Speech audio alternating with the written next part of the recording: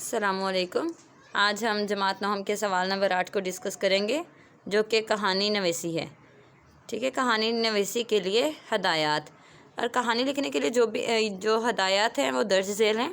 کہانی ہمیشہ صیغہ ماضی میں لکھی جائے۔ صیغہ مینس فعل ماضی میں لکھی جائے، جیسے کہ ایک لکڑہارا تھا، وہ لکڑیاں کاٹتا تھا، اس طرح سے فعل ماضی میں لکھی جائے۔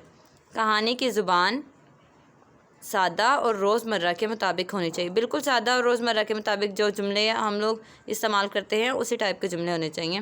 جملے سادہ اور مختصر ہوں، بہت لمبے نہ ہوں، چھوٹے چھوٹے جملے ہیں اور سادہ ہوں۔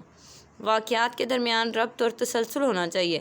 ربط مینس آپس میں ان کا رابطہ ہونا چاہیے، اور تسلسل مسلسل چلنے چاہیے، کہیں پہ بھی کوئی کسی قسم کی رکاوٹ نہ ہو۔ کہانی مناسب طوالت مینس لمبے، مناسب لمبائی کے پیراگراف کی شکل میں لکھی جانی چاہیے، کہ پیراگراف کی شکل میں لکھی جائے اور مناسب ہوں، نہ بہت لمبے ہوں اور نہ بہت چھوٹے پیراگراف ہوں، پیراگراف کی شکل میں ہو۔ کہانی کا انداز بیاں ایسا ہو کہ حقیقت کا رنگ نظر آئے۔ کہانی ویسے بھی سننے والے کو حقیقت کا رنگ ہی دکھاتی ہے، ایسا لگتا ہے کہ یہ سب کچھ حقیقت میں ہوا ہے، اس لیے اس کا انداز بیاں بھی ایسا ہی ہونا چاہیے کہ وہ حقیقت لگے۔ اور کہانی کم از کم 1 یا زیادہ سے زیادہ 2 صفحات پر مشتمل ہونی چاہیے۔ یہ اس کی طوالت ہے، اتنی لمبی ہونی چاہیے کہانی۔ اور یہ کہانی کا سوال نمبر 8 جو ہے وہ 5 نمبر کا ہوتا ہے۔ شکریہ۔